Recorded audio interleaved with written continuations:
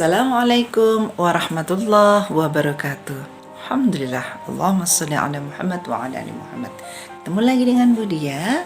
Kita bahas lagi di SKI. Kita mulai dari bab 1 sekarang ya. Pelan-pelan. Oke, kita bahas tentang ketabahan Nabi Muhammad dalam berdakwah. Masih ingat waktu kelas 3 bagaimana Nabi Muhammad ketika ketemu dan menerima wahyu di Gua Hira sangat ketakutan. Ya, takutan. Lalu Nabi sampai diselimut, sampai jatuh itu sayang dari Gua Hira sampai terjerembab gitu ya, sampai jatuh. Lalu Nabi minta diselimuti aku, diselimuti oleh Ibu Khadijah. Lalu turun ayat Mudaththir ayat 1-7. Ya ayyuhal mudaththir qum fa'andir wa rabbuka fakabbir. Wahai orang yang berselimut, ayo bangun, beri peringatan dan kenalkanlah orang-orang suku Quraisy, orang-orang Mekah, dan nanti akhirnya seluruh manusia bahwa Tuhan itu hanyalah satu, yaitu Allah Subhanahu wa Ta'ala. Maka Rasulullah berdakwah diam-diam, diajaklah istrinya, diajak juga Zaid bin Harisa ya. Istrinya dulu yang masuk Islam, lalu Zaid bin Harisa, anak angkatnya ya, kemudian Ali bin Abi Thalib, lalu diajak juga sahabat yang dekatnya Abu Bakar As-Siddiq, diajak juga Utsman bin Affan, masuk Islam juga Abdurrahman bin Auf. Beberapa sahabat ini masuk Islam yang kita kenal dengan sebutan As-Sabiqunal Awwalun. Nah, periode itu dikenal dengan periode dakwah secara sembunyi-sembunyi atau dakwah secara sir. Nah, periode sekarang setelah 3 tahun berdakwah secara sembunyi-sembunyi, kenapa sih kok sembunyi-sembunyi? Karena orang Mekah waktu itu terbiasa menyembah Tuhan yang kelihatan. Seperti apa? Seperti patung, terus apalagi batu. Tuhan mereka itu patungnya banyak, Tuhannya banyak. Jadi kalau Tuhannya tidak kelihatan dan cuma satu, mereka nggak mau. Meskipun menyembah batu itu tidak masuk akal. Batu kok disembah sih? Menyembah patung tambah tidak masuk akal. Karena itu periode itu dinamakan apa?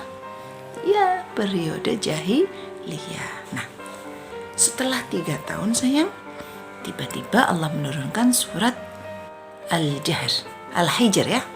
Al-Hijr ayat 94. A'udzubillahi minasyaitonirrajim. Bismillahirrahmanirrahim.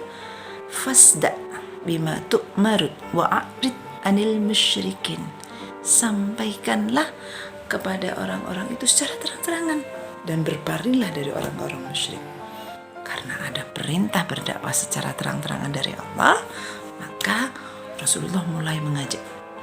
Dibikinlah masakan jamuan bersama dengan Ali bin Abi Thalib, Zaid dan Ibu Khadijah. Masak yang banyak dan nikmat. Diajak dulu saudara-saudaranya dari suku Bani Hashim. Mereka diajak makan bersama-sama. Lalu Rasulullah mulai berdiri. Assalamualaikum warahmatullahi wabarakatuh. Ketahuilah wahai Bani Hashim bahwa aku ini adalah seorang Rasul. Bagaimana menurut pendapat kalian kalau aku mengatakan besok pagi akan ada yang menyerang kota Mekah? Lalu mereka bilang, oh kami percaya.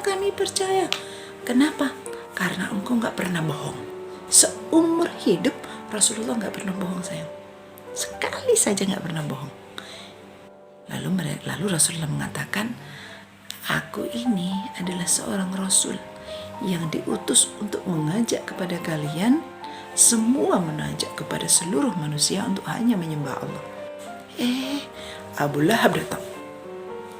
Celaka engkau wahai Muhammad, engkau memanggil kami, mengundang kami hanya untuk ini. Sudah bubar. Maka seluruh keluarga Bani Hashim waktu itu buyar. Padahal Rasulullah sudah mengeluarkan biaya besar untuk mengadakan jamuan. Nah, mulailah saat itu perlawanan, pertentangan, persiksaan terjadi.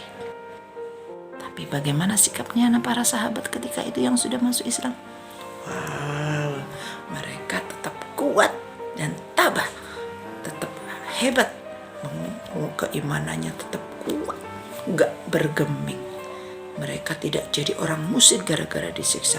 Mereka juga tidak takut, ditakut-takuti hendak disiksa, ditakut-takuti hendak dibunuh, tidak takut. Oke, itulah hebatnya. Siapa saja sih yang tetap kuat mempertahankan keimanan mereka ketika di Mekah? Kita akan bahas nanti selanjutnya. Oke?